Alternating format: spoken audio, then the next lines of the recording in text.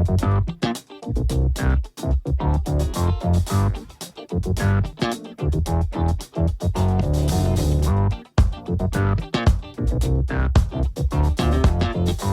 folks, and welcome to the Daily Ratings Podcast. It's a show where each week we're going to be sitting down with Vincent Daly to get his thoughts on the latest movies he's been watching, both older films and new releases. And don't worry, there's no spoilers. Vince will give a brief review of the movie, share some thoughts, and of course, then rate the film. The daily ratings are always fair, honest, and most importantly, they're consistent. On today's show, Vince will be rating and reviewing. We are finishing up Footwork February with Guys and Dolls, directed by Joseph L. Mankiewicz. We then have our David Lynch end of study with Mulholland Drive from 2001. And finally, we have newly released, now in theaters, The Monkey, directed by Osgood Perkins.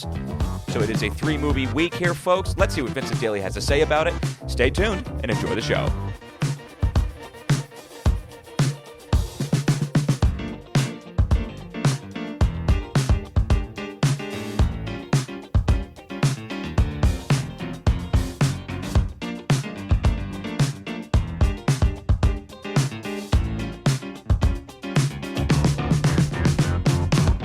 Mr. Vincent Daly, how we doing over there, buddy? Thomas, how's it going? It's going okay. On my side of the table, how was your week of movies, man? A very enjoyable week, but no alternative titles. No, it's kind of a scramble. No? I mean, Well, we're wrapping things up here. So, we are ending Footwork February with Guys and Dolls. Mm-hmm. And then David Lynch is over for the time being. Yeah. With Mulholland Drive. Mm-hmm. Absolutely.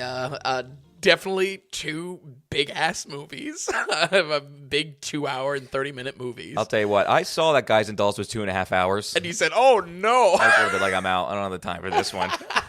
I was going to. I had it queued up. And I was like, 2.5 hours? Yeah, That was a mistake. I had to check another source. And I was like, no. It's 2.5 hours. Yeah.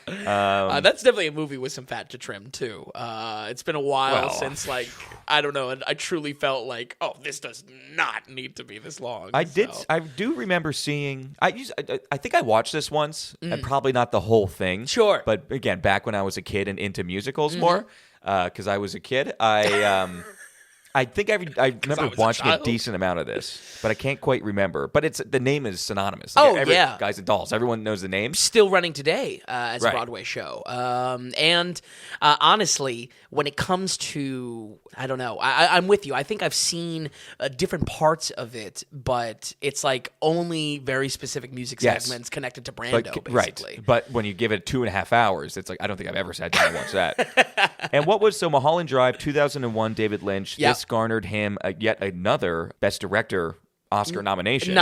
Yes. Which, he crushes it with the nominations. Like, the dude's respected with the Academy. Absolutely. Mulholland Drive, really referred to as his magnum opus. Also kind of where we're ending things. Technically, he has one more film after this called Inland Empire. That's the one with Laura Dern. I think we even talked about it off podcasts where he just seems like really obsessed with digital cameras in it or something like that. That was on the podcast. Oh, okay. I don't know.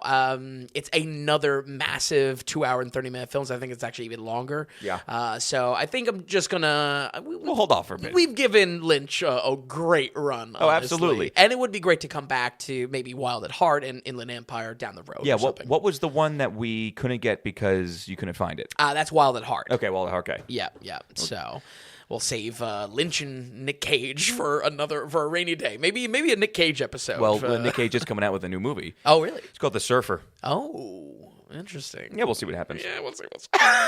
And the funny thing is, I watched Unbearable Weight of Massive Talent for whatever reason last night. Oh, really? Yeah, I don't know why. Interesting. Yeah, my movie choice, my past few movies have been.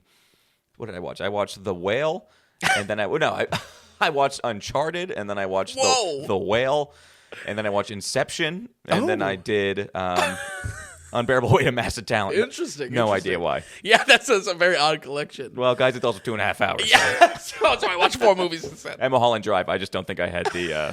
I feel like that's jumping into the deep end. Oh yes, that is. And I don't have my floaties on quite. I don't have my David Lynch floaties. I needed floaties.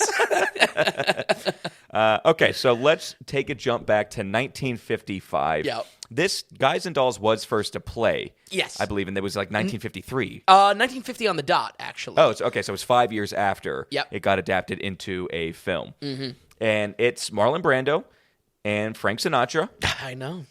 And Crazy. and some actresses who we had before. We've had Gene Simmons. Yes. She actually goes on to do some voice work later on in life. Like, she has a huge catalog of, Right. Of work. So, And Gene Simmons before Gene Simmons. yes. Gene Simmons, the woman, not Gene Simmons, the singer from Kiss.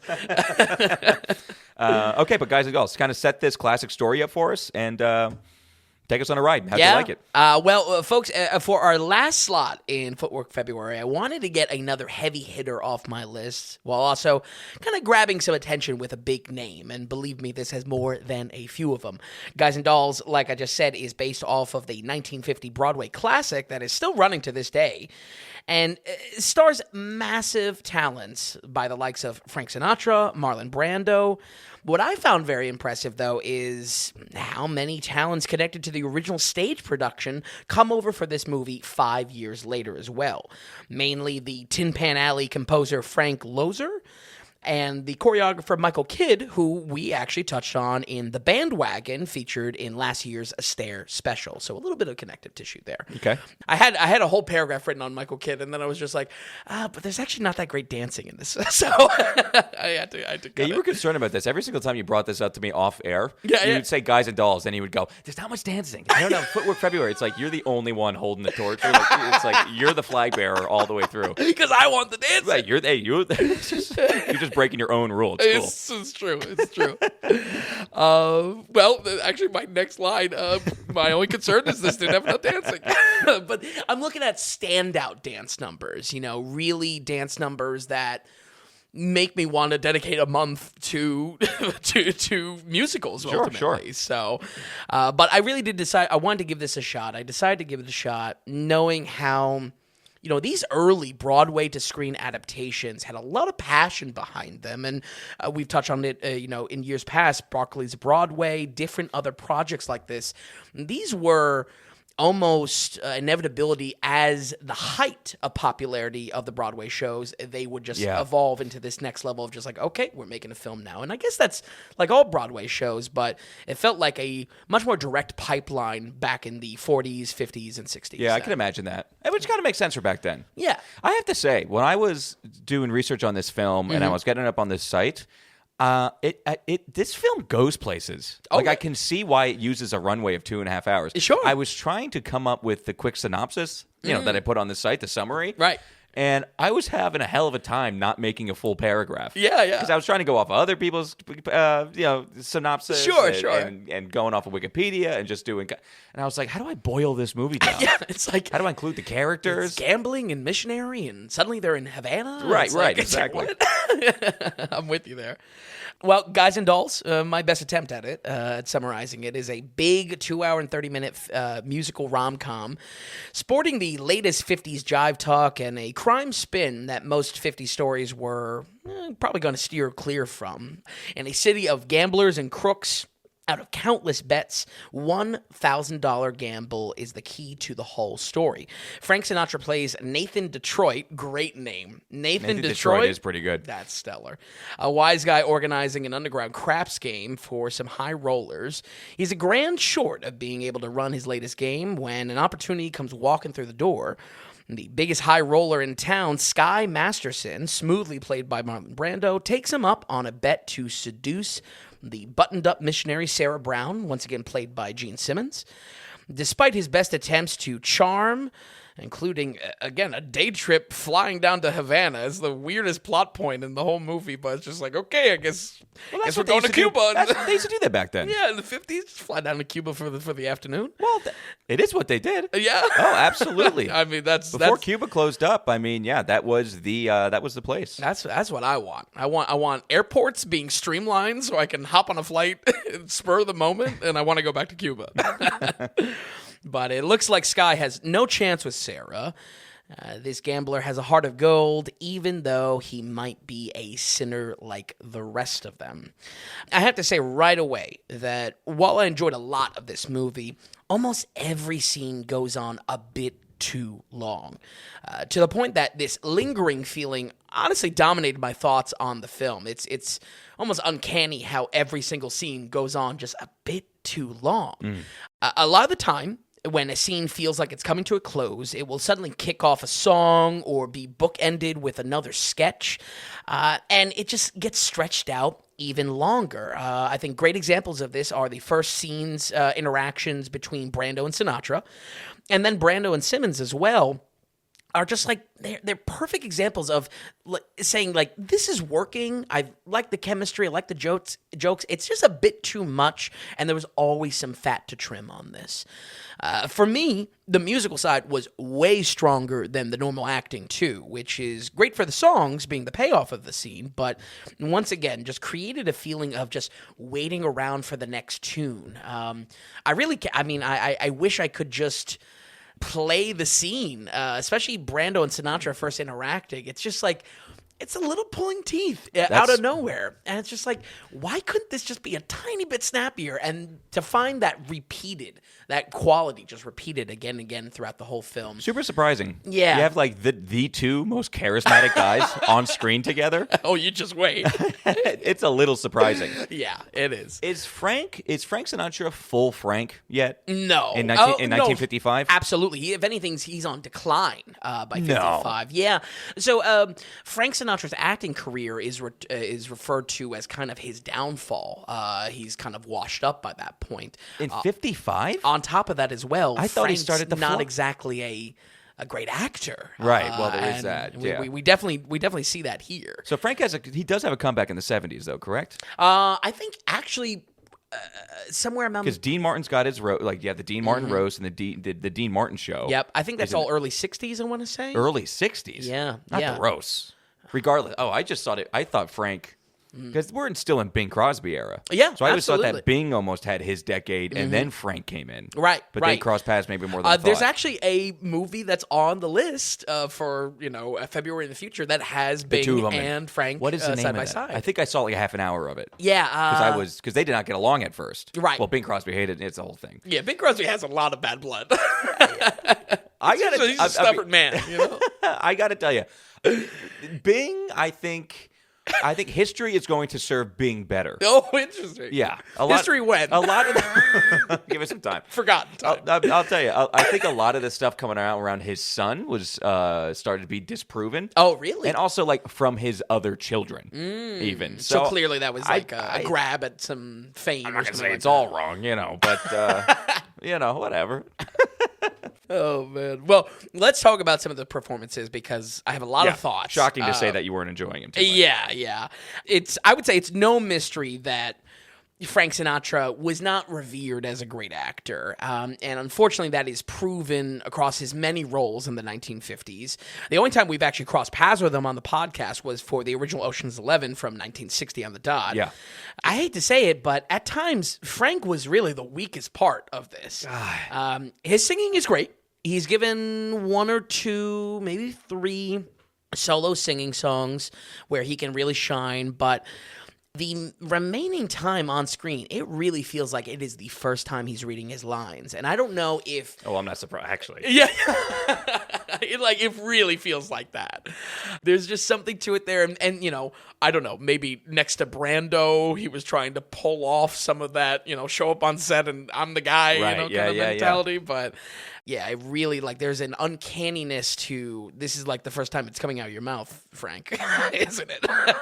Interesting. Not surprised. Yeah. You see him. I see him as a great Danny Ocean. Right. You can picture him being a great Danny Ocean. But at the same, you just saying that, it's like, oh, of course he's that guy. Yeah. Shows up on Tuesday. Where's the camera? Okay. Yeah, and exactly. 3 cocktails by 4 o'clock. We're good to go. You know, I was actually looking at that too. I was just wondering, like, if any of these people were really like drunk. You know, Well, he was. I mean, Frank with the vodka. Yeah, big time. Absolutely. What I did not expect was for old Blue Eyes to be less cool than Marlon Brando. And I mean it when I say it. Brando is cool as shit in this. Career-wise, Brando is just coming off the must-watch On the Waterfront from the year before. And honestly, just could not be cooler on screen. Brando kills it in this movie. Does he? Okay. Absolutely. Time after time, whenever he is paired with, or I should say, whoever he is paired with in the scene, it just gets completely dwarfed by his acting. And honestly, you know, much like our obsession last year with like George C. Scott or something like that, or even Paul Newman. Current obsession too. Right. Ongoing obsession. But we hit it hard. There was just such, you know, you say it, not hard enough though. George C. Scott, 2024 needed to be George C. Scott's year. I know, but you also like you'll go through his IMDb and just he didn't do enough. He did so much TV movies, it's crazy. Now TV movies meant something different back then. Sure, yeah. But George C. Scott did not do enough then.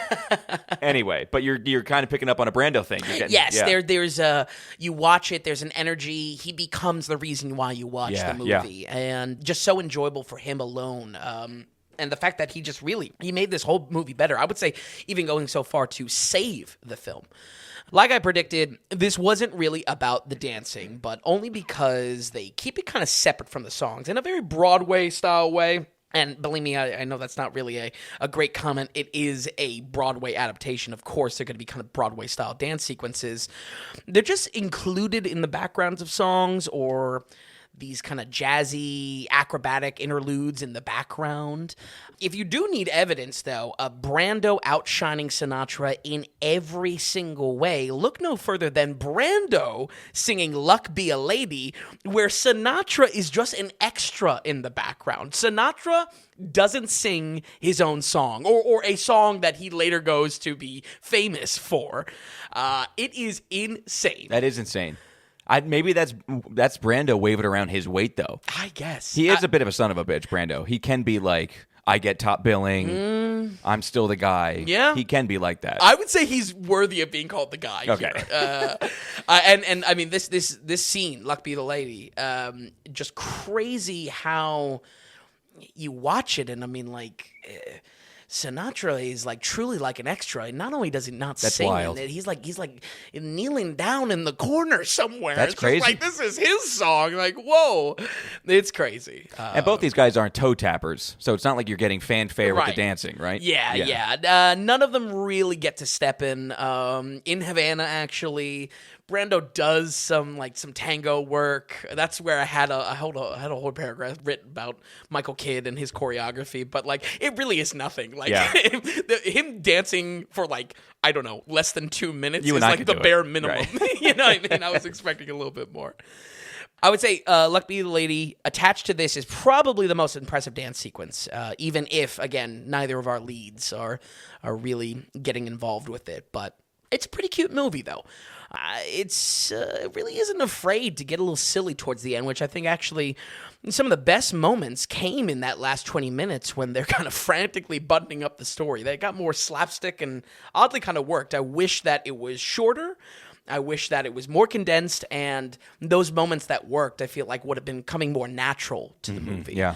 It is a recommend for Brando, though, most of all, which makes me very happy to say, considering the last 2 times we saw him on the podcast, he was definitely letting his ego run the show. He might be letting his ego run the show here, but it's at least worth seeing it. We're going to go ahead and give Guys and Dolls 1955 a 66. Okay, a 66%. That's a good movie right there. Absolutely. And good. I'm glad it was worth your time. I'm glad it wasn't a letdown, at least, where, again, it's a very big name. Everyone knows the name. I think most people have not seen it. Yeah, absolutely. Or have maybe seen a stage adaptation or even, a high school adaptation at that point. Yeah. It's just one of those classic stories. Yeah. But yeah, I'm telling you, Brando, it's the magic. He's still crushing the 50s. Yeah. Well, One-Eyed Jacks came out in the 60s. Yeah. Because we covered One-Eyed Jacks. Which did he direct that? He directed that. Okay. And you can feel it. I mean, his wardrobe is like, he probably he probably took home that wardrobe afterwards. And then, of course, we talked about Apocalypse Now. Yeah, of course. Which is what I mean, like egos getting involved. Yeah. You know, actually, which Work one is to the worse? advantage of the movie, though. Yeah, true. I mean, Brandon's character in that one, yeah, it's fantastic. Yeah, absolutely. Even though it all really just kind of stitched together, and he was ridiculous to film with. Okay, so Guys and Dolls with a 66%. So let's jump to 2001 here. Again, this is just our last David Lynch for the time being. Mulholland Drive, 2001, came out a month after 9/11. Oh, it is after 9/11. Just 1 month. It came out in early October. Wow. Yeah. So, I mean, I don't know what that means, but it's just like... No, I'm with you. You know it's what I mean? such a morbid curiosity of what films in 2001 landed pre or post 9/11. It's like... And also, were they the films to come out? Right. Like, you think it's just like, ooh, bad timing on that one. Right. Like Lord of the Rings, Fellowship of the Ring came out in December. It's like maybe the country was ready to whisk us away to a fantasy world a little bit. Fantasy, absolutely. Right. I don't know, I'm assuming Mulholland Drive, a high-octane sexual confusion. I don't know. Sexual confusion is very, that hits this movie on the head. But, I mean, you have often said that this is kind of his, what you call it today. Magnum opus. Right. That's what people say about this. I don't know if I really would say that. I think... Well, we're going to find out or not. Yeah. So give us the basics. What's it about? And get into Mulholland Drive. Well, like I said, and like Tom said, folks, it's the last of the Lynch study. And I want to take a moment to say how much I really did. I've loved watching these films, connecting the dots on a director's career that is as big as his hair. And I mean, yeah, as a lover of do's, of pompadours, Lynch really kills it. He really does a great job with his do. Certainly not all of them were great, but more than a few scenes will be just burnt into my mind for years to come. And covering these movies was immensely satisfying for me, both as a challenge for my growth as a critic, getting out of my comfort zone a little bit. I don't know, talking about what MCU homework you need to watch and actually, be challenged to tell you heads or tails if a movie is about anything at all. But more often than not, I've been reflecting on these movies over the past couple of weeks because, like I've commented over the last couple of weeks, these are stories I will remember. And I feel like there's something needs to be said about that. There really is. These are films because they will stick with me. These are stories that, even the quality, though it varies, there's something very special about that. These are not, just dime a dozen films or just weird for weird's sake, as sometimes is thrown at Lynch as a criticism. But if you watch it, like I just have been kind of staying away as an observer, and we'll see where I dip my toe in. Yeah, right. I mean, which I will. But, I also think that overall you also just have a respect for Guy for just being unique, different, and then like solely him. Yes. At least that's nice to see. Right. Like not even his actors can tell him otherwise. Like, arguably, he is the only one to know about the story, what it's about, and he's not telling anyone. So I'm very excited to end on Mulholland Drive, though, because, like I said, it's largely regarded as his magnum opus, his peak work. And I can tell you with complete sincerity, I have no idea what that meant for the film or what I was walking into. I mean, a magnum opus of surrealism, I would expect almost no story at all, heads or tails. But this was really, really something else, mostly just because its length. Its length is a little bit of a marathon to get through, just because... though the surrealism is curtailed just towards the very end, and we'll get into talking about it in just a second, it's just still a lot to digest, and then a lot to reflect on once you're given the slivers of answers that we are given. It's a long time to be in his world. Absolutely. 2.5 hours. A little exhausting. Lynch described this as a love story in the city of dreams, and that's it. And from that perspective, I was maybe expecting some of the, more the same noir stylings that we've touched on so far. But early on in the runtime, you will see occasional blinks into other characters' perspectives or into that surrealism that are hints at the madness to come, with this film having the sharpest spike in surrealism that we've covered yet. Mulholland Drive is a very sexy noir mystery that gives us a glimpse into the underbelly of L.A. and how the city tends to spit out the passions of those that try to make it in showbiz. Naomi Watts is a young girl coming to LA for a big chance, and while she might be yet another pretty blonde, her determination will open doors for her whether she wants to go in them or not. She finds a mysterious woman who snuck into her apartment with, get ready for it, amnesia. Oh, it's an amnesia story. Yeah. Wonderful. To my dismay. This woman is played by the stunning Laura Herring. The only clues to her identity is a purse full of problems and scrambling for the last thing that she remembers, Mulholland Drive. For much of the story, we get glimpses into the dark underside of the city through side characters, while the two girls kind of have fun unraveling the mystery. I'm gonna say it right now. This is probably the most odd girls' watch. We'll add to the compilation on the site, but this is a girls' watch. Okay. This is like a fun girl mystery. But the more answers that are revealed, honestly, the less we know who we are really dealing with. I think you could argue that this is an ensemble cast, but it's genuinely difficult to call heads or tails on that when the arcs of our characters are so surreal by the end. The payoff for the characters makes it very hard to say, yep, this is their story. It's not just one story. It is kind of the city as a whole, kind of LA and Hollywood as a whole. Okay. Naomi Watts is probably the clear answer of the main character, though. She kind of represents this hopeful beacon of light, not at all prepared for the incredible darkness that she's stepping into. The closest thing I can compare this to, Tom, is like the 2018 movie Under the Silver Lake with Andrew Garfield and whatnot. Oh. No, okay, no. Okay. I know the name and I can actually picture the poster. Oh, okay. But yeah, I don't really know. I can't remember anything about it. Sure. Is it like a day in the life? But who we've got going on it's a mess? No, not really a day in the life. Why I compare it to that is that there's almost like a conspiratorial level evil connected to Hollywood, and both of those movies touch on Present that. So that's in this a little bit. Absolutely. Okay. Absolutely. And I mean that like a conspiratorial level because it's just taken to such an extreme that it's like, I mean, well, obviously this is not trying to present this as like a real story. The surrealism takes place there, but Hollywood is presented extremely evil and will chew you up and spit you out. Well, I mean, it's not wrong. Yeah, right. So can I ask some dumb questions? Sure. Okay, so it's not an LA movie, it's really a Hollywood movie. Yes and no. Both. What is I just, I'm a Keystone boy, so pardon my ignorance here. Mulholland Drive is a classic yes. road via Hollywood. Yep. Because I do kind of know I know it's in L.A. Yep. I know it's in news, and I've heard of Mulholland Drive. Yep. But it is Hollywood-esque. Yes. When you think of Mulholland Drive, Yep. you think Hollywood. Absolutely. I would say on the kind of the association of like a Beverly Hills or something like that. Yes. Okay. Yeah. Okay. And this really is trying to be not a love letter for Hollywood and the city, but I don't know, a little bit of both extremes. That Naomi Watts' character, for instance, is just so infatuated with this opportunity. Wide-eyed. Exactly. And then slowly she gets beaten down, and you see the grossness of Hollywood. Yeah, and then the extremes of that is really insane.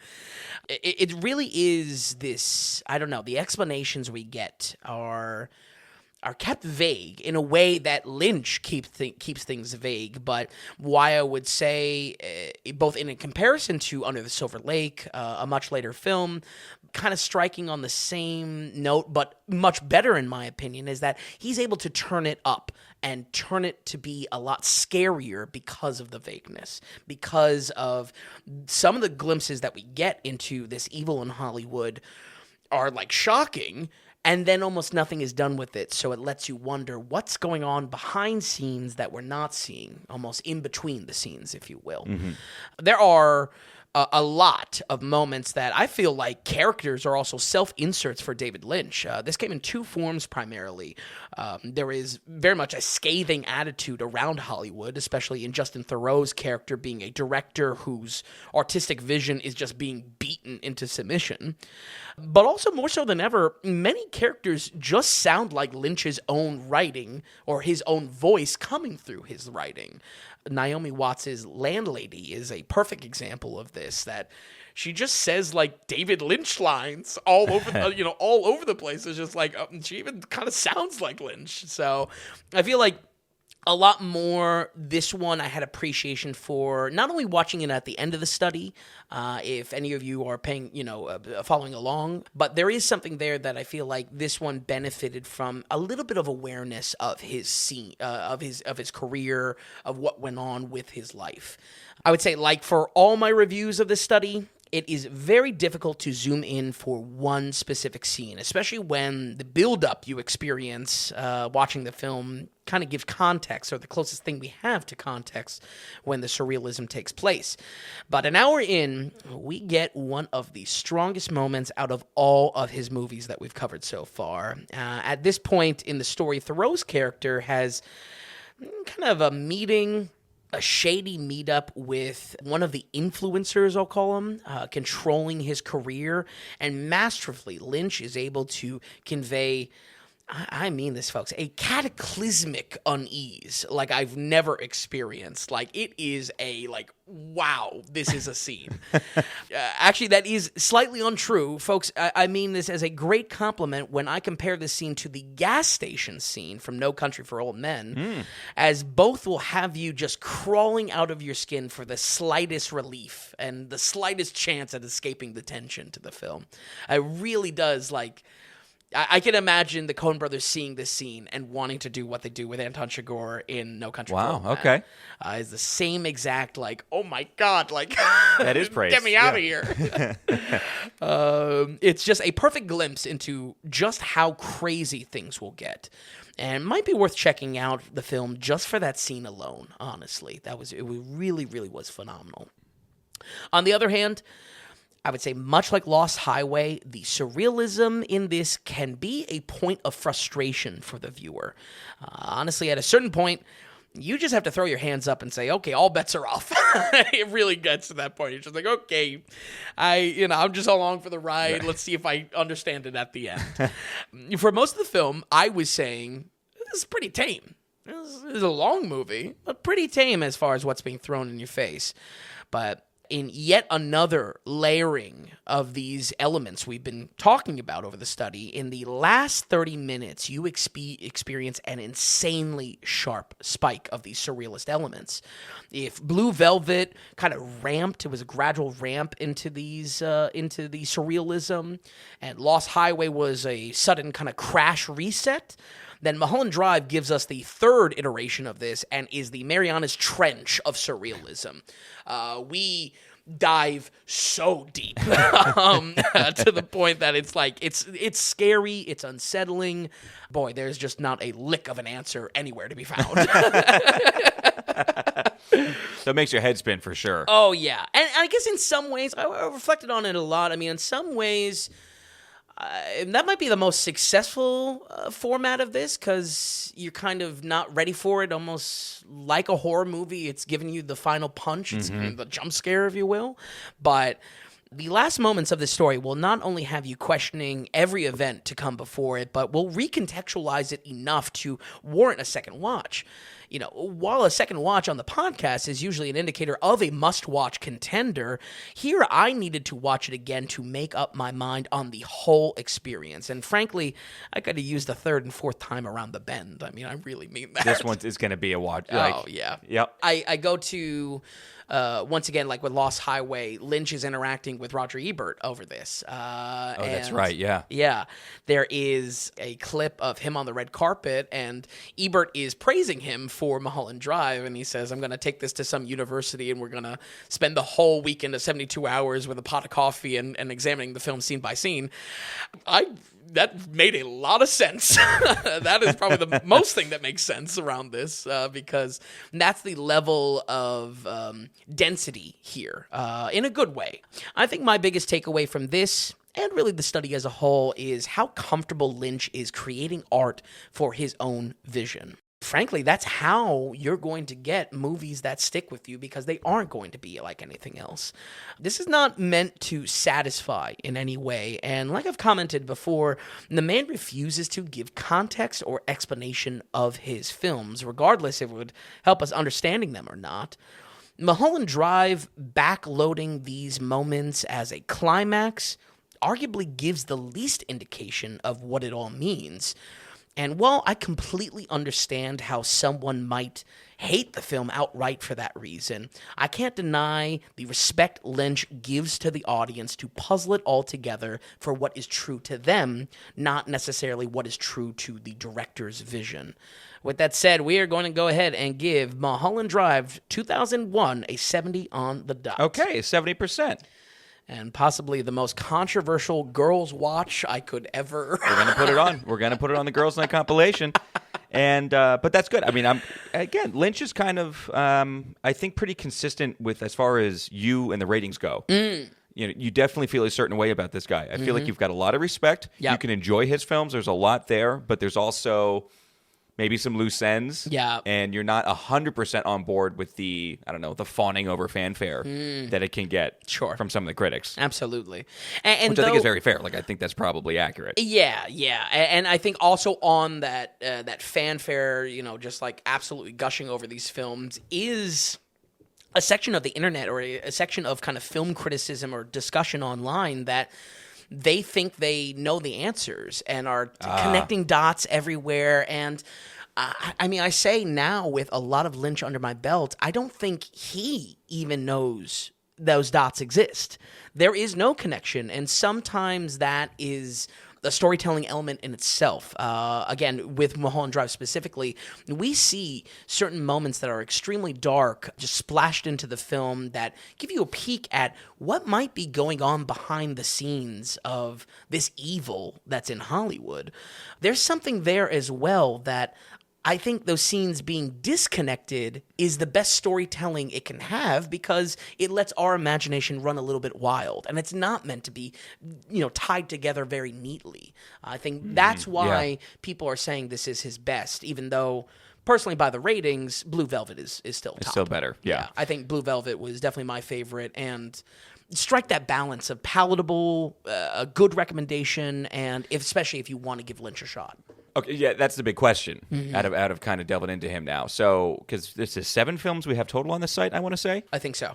Between the study and what we had on there already. Yep. And if you want to dip your toe into Lynch, Blue Velvet is I think so. Is what you're going to say. And if anything, it goes back to kind of some of the formats of surrealism, how that is layered in the movie. Blue Velvet is just a nice, easy ramp. Honestly, I wish some of these were just a tiny bit more straightforward, because with Blue Velvet, it's just like, all right, just sit through it. It's going to get crazier. But it's ramping up to crazy. Where with this, with Mulholland Drive, I mean, I really mean that. It is pretty innocuous, like, oh, this isn't surreal at all. And then it's like, oh my God, like I'm several leagues under sea. Like maybe the tamest, and it's funny to say, but maybe the tamest is almost Twin Peaks. Yeah.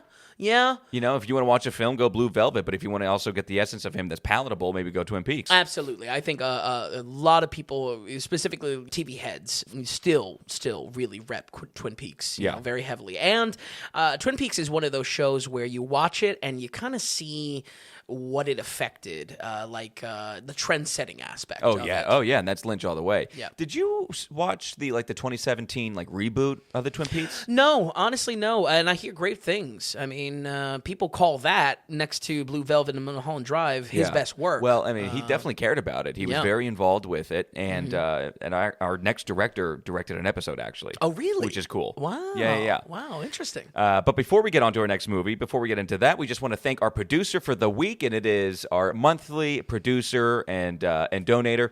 Linda Schiller came in with her monthly donation of a movie ticket. So that's $12 and some change. Linda, we thank you so much for being a monthly producer. You're executive producer of 175. Anytime you have something you want to say, ask, or give a shout out to, feel free to write in. Of course, we'll read your note. No, Am I remembering correctly that she wanted more Brando movies? No, she had... Her first donation was a decent amount, and she was asking for a request of, what was it? I have it written down. Okay. But she wanted a specific Brando movie. Yeah. And it's rated very high. And I think that she said good that timing. it was her. I didn't plan that with Guys and Dolls, but that's good timing. We can follow that into the next month. Linda, thank you so much being a monthly producer. It's awesome. You're our only monthly producer right now, and we thank you so much for the movie ticket for Vin every single month. Again, you're executive producer of episode 175. Folks, if you want to be an executive producer as well, and if you want to support the Daily Ratings, then head to the donations tab on thedailyratings.com. Through your monetary support, through the donations you send in, you become an actual, legitimate, credited producer of the Daily Ratings, and you let us know what value you're getting. Vin and I aren't going to do advertising. We're not going to have paywalls. We're not going to have tier structures or payment tier structures. We're going off of the value for value. All the work that Vin and I do, the podcast, the site, the podcast now twice a week since we do the new show. If you're finding it valuable, send some value back our way. And it could be any amount. So whether your donation is $5, $50, or $500, it means the world to us. Everybody's on their own finances. That's why we're doing it this way. But we're listener supported, basically. We don't want to make you pay a certain number. It's whatever you have to offer, whatever you feel like you're getting from the show. And is it worth that cup of coffee a week or whatever? Is it $5 a week or $5 a month, or it doesn't really matter, big or small. We do have some fun set donations there. But we also have the big value for value button, and it's any amount that you want. It's thedailyratings.com, and head to the donations tab if you want to be executive producer of episode 176. Don't forget to check out all the other films and the compilations like we just said, and our new shop. We've got hats, hoodies, T-shirts, cups and mugs, so go check out the Daily Ratings shop and get some fun merch there. But okay, with that, let's go on to our now in theaters, newly released film.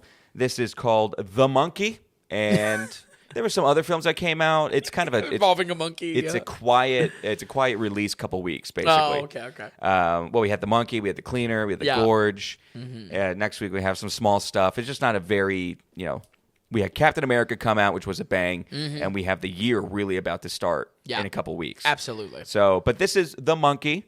I don't know. It got some buzz. It was a packed theater. theater. It didn't do terrible for what the movie is, and how much it cost. Right. But Elijah Wood is in it, and let's just see how it was. It is a horror comedy, and it's the same director who did Longlegs just this past summer. Yeah. So, the guy's getting some cred, and Longlegs was probably one of the most talked about and well-received horror films of all last year. Yeah, absolutely. The Monkey, how'd you like it, Vin? Well, that's kind of my starting notes when it comes to this. I will say, though, Elijah Wood is not in this, you can barely credit him. Right, don't blink, basically. Yeah, exactly. If you flash back to last year's horror, Longlegs, you might get a lot of different reactions on actor-turned-director Oz Perkins. It was a polarizing movie, mostly because of Nick Cage's performance, but there was a surprising disappointment in the reception for the movie. For us on the ratings, Longlegs was something I enjoy stylistically. A satanic Silence of the Lambs was something right up my alley. But now, less than a year later, we are back with Oz again, giving us more of a comedy horror than I expected. And if I'm not mistaken, he will have yet another release before the end of the year. So maybe Perkins is becoming the good old Oz. He's becoming the new Blumhouse or something like that. But he's definitely making moves. He's not losing any sort of steam. Yeah, I looked up the synopsis of it too. Not really looking. It seems like a pretty cut and dry, typical horror film. Yeah. Oh, honestly. The one that's coming down. The one that's coming out. It's called Keeper. Yes. So, listen, I'm glad the guy's working. I will say something between these two movies is that he has kind of a cool 70s style to his films, but just not a recipe for success directing more than one movie a year, as we've commented on across many directors on the podcast. I had concerns about the film. Blumhouse is attached to this, I believe. Oh, really? Or maybe it's James, no, I think it's Neon. Juan. James Wan is somewhere in the producers. That makes sense. I'll say this. As he is in almost every horror movie. It's crazy. There are 30, I believe. I believe there are 30 executive producers for this film. and I think there's like another 6 normal producers. Damn. So I saw that, and I was like, I don't think there's any way this is going to be good. yeah. But anyway, what's it about, at least? Well, let's see how many times I can say monkey. The Monkey is a bloody dark comedy based off the 1980s short story by the same name, written by Stephen King. This adaptation doesn't feel very much like Stephen King's work at all. If anything, The Black Phone probably felt the most like a King movie, but it does try to capture some of the same youthful energy that was in the It remakes from the late 2010s. The monkey is a cursed object passed from victim to victim that plays a little ditty, and at the end of the song, someone dies no matter what. We follow twin brothers, Hal and Bill, that grow up with the monkey being passed down to them from their deadbeat father. Quickly, they realize it's much more than a toy, though, and the two are cursed by its evil grin. After a 20-plus year jump forward, Hal has now isolated himself from most family, including his own son, all in fear of the monkey one day returning. Little does he know, though, he will have the chance to reconnect with his brother as the random freak accidents that plagued their childhood start happening once again. I'm happy to say that for a movie that is all about horrific kills, this really doesn't disappoint. There are a lot of inventive and fun moments, especially in the game of trying to figure out what the monkey will twist into reality when the song is over. You're kind of looking around and scanning the screen of saying, like, oh, what's going to be used for this kill, which is kind of interesting. These type of Final Destination kills are a lot more creative than you think, too.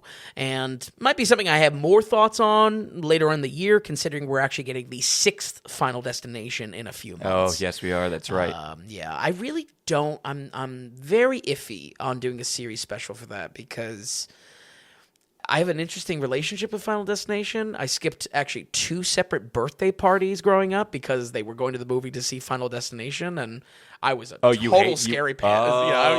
Okay. I was a little piss my pants baby with scary movies way back when. So, I don't know. I don't know if I want to go for those, and also they're probably mostly probably trash. not that great. Yeah.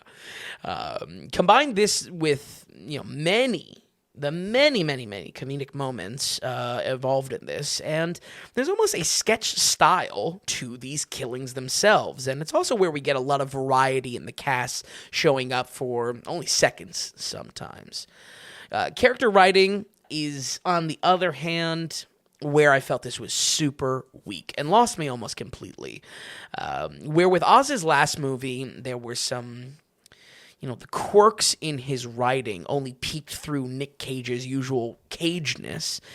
Here, there is a lot of stupidity that is center focused, like excessively stupid. And from, horror movies in the past that we've covered, that's kind of where I dip out of it. I don't want the horror sacrificed, even if it's a comedy first.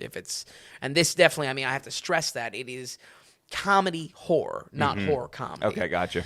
If you go into this with the understanding that it's comedy first, I think you're going to enjoy it a lot more. But for me, there was just a constant game of hit or miss with characters just being so intentionally idiotic. It robbed any sort of dread to the horror, and this premise does have dread. As simple as the monkey is, as much as it sounds like a Stephen King short story, like that he probably pumped out on a bunch of cocaine, it really does. There's something to it of like the chaos of like who's going to die in the room, what's going to kill them in the room, and there's dread there, and it works in a horrific way, but there's just so much that the comedy just was not working for me. It was just stupid. It was really like a stupid script. Not even just like character motivations or like, oh, why are you going into like the haunted house or something like that. It's just idiotic, like lowbrow script, and just not really for me. I'll even go so far to say that the 2 kid actors in this weren't even bad. It was all in the writing later on in the film, and even though I haven't, read King's original short story, you can just feel where this idea was stretched out to a feature-length film. Okay. I didn't listen to my old review, but to see if I said it, but I honestly, I wouldn't be surprised if I said it with long legs that this as well has cult classic written all over it. Oz's 70s fuel aesthetic still makes this a better watch than most garbage to come out so far this year. I'll take this over Hard Eyes, for instance. I'll definitely take this over, I don't know, whatever's coming down the pipe with Blumhouse. What's that one where she's on the date? There's a ransom over the phone, and it all takes place. Oh my gosh, yes. Yeah. That looks so bad. We're not looking forward to that film. The fact that the trailer ends with her slipping out of the high story building, it's just like, oh my god, this looks so bad. So stylistically, this gets it across. I think go in with understanding that it's a comedy. That comedy did not work for me at all, but I think this combination of extremes will work for anyone that enjoys a Evil Dead mix of genres, where it's possibly leaning even more into comedy than horror, but still very much in both lanes. We're going to go ahead and give The Monkey a 53. Okay, a 53%. I made $14 million for the weekend, which I actually thought was pretty good for this film. Sure. And, I don't know. I think he himself is going to have a cult following. I think you're going to have a bunch of Osgood heads or something like that. Yes. And he's up and coming for sure. Yeah. Studios are behind him. Yeah. And this was James Wan. Yeah. Part of as well that kind of cult following is that he's an actor, so he's sometimes in these movies. Yeah, he actually has a kind of world, funny role, actually a role that works in this, which is cool to see. But yeah, there's just something here that I think a little bit I was shot in the foot because I not only wanted more horror than comedy, just in general, but I just wasn't expecting it to lean so heavily into that. I mean, really, at times, the dialogue is super bad, but bad writing. You know what I mean? Right. Yeah. It's not good type of crass comedy, but there's something here that I think going with the right mindset, and there is certainly an audience out there that loves horror comedies, that specific mix, and that's where I mentioned an Evil Dead style mix of genres. This is gonna work. This is gonna fit for somebody. Exactly. Yeah. And we'll see what it continues to do. Mm-hmm. Long Legs, by the way, you gave 74. I mean, that's a good movie. Absolutely, I like Long Legs. It's a very good movie. It's just got a lot of flack in the reception throughout the year, either hating way much on Nick Cage or just kind of hating the story as well. I thought that was relatively praised. Yeah, at first, absolutely. But as time went on, absolutely. Okay, all right. There's something there that it's soured, but maybe again, there's still this type of cult following for Perkins. Right. Okay. All right. So The Monkey with a 53%. I wouldn't be surprised if it's coming on a streaming service pretty soon. And other than that, Vin, taking a look at things. Anything you want to add, touch on for this week? Anything for the coming weeks? Next week, before the storm is at our doorstep. It is about to kick off. Yeah, we're close. I mean, I did the planning for the year, and there is a lot of movies. Really, kind of piggybacking off of our thoughts, for 2025 in the Tom Dailies, a lot of stuff I really don't care about, honestly. But I think it's going to be a fun year. Yeah. I don't think things are going to be all fantastic, but it looks like a fuller and fun year. Yes. You took a look last year. I mean, the wheels were spinning. We'd get some type of big title here or there, but in a couple of weeks, we are kicking things off. And then it's kind of till the end of the year. Absolutely. That was not the case last year. Yeah. For next week, Tom and I are cooking up this type of discussion special. I will obviously wait to release that for you to see. And obviously on the news show, we're going to give some more insight into that. Going into March, though, we are starting off strong with the remaining Bong Joon-ho director study for Mickey 17. There is only 3 other films besides Mickey 17 left in his catalog, and after that, everything is covered. So that makes me immensely happy. There's actually a few directors like that this year that we are going to basically not have a 5 spot because we're buttoning up the rest of the work. Cleaning up the catalog. Absolutely. Which is great. After that, we have Black Bag and Electric State. I guess that Looney Tunes movie is still coming out. That was supposed to be this month, but then got pushed a little bit further. Have you heard anything about this Looney you're the Tunes only one to bring it to my attention. I don't know why it's on your radar. Right. I feel like there's going to be something Because I'm else. like, didn't they just cancel like a Wile E. Coyote legal drama?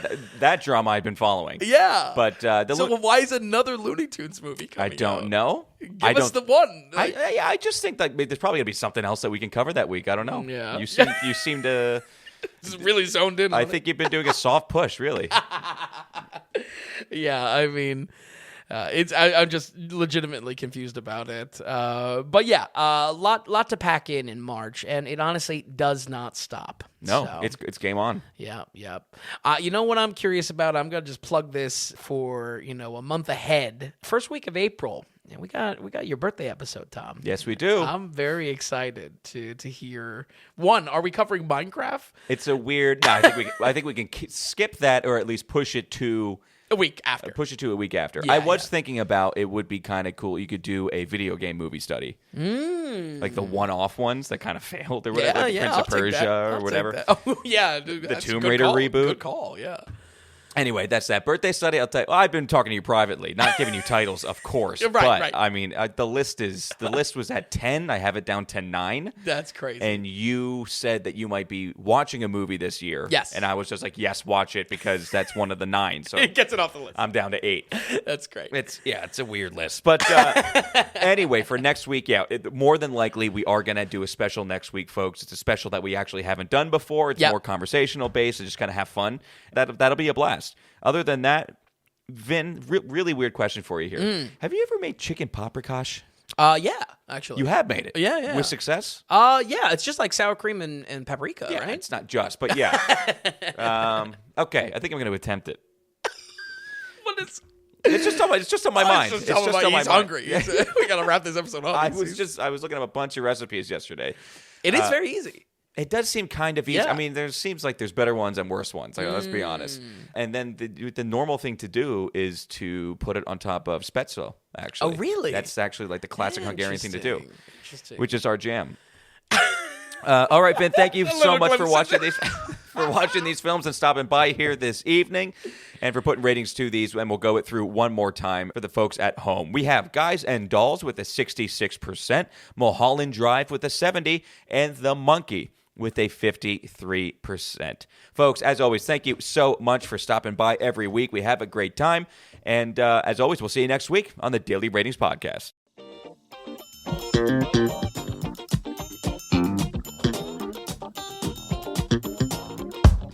And hey, if you enjoyed the podcast, if you would, give us a good rating or get the word out and tell a friend about us.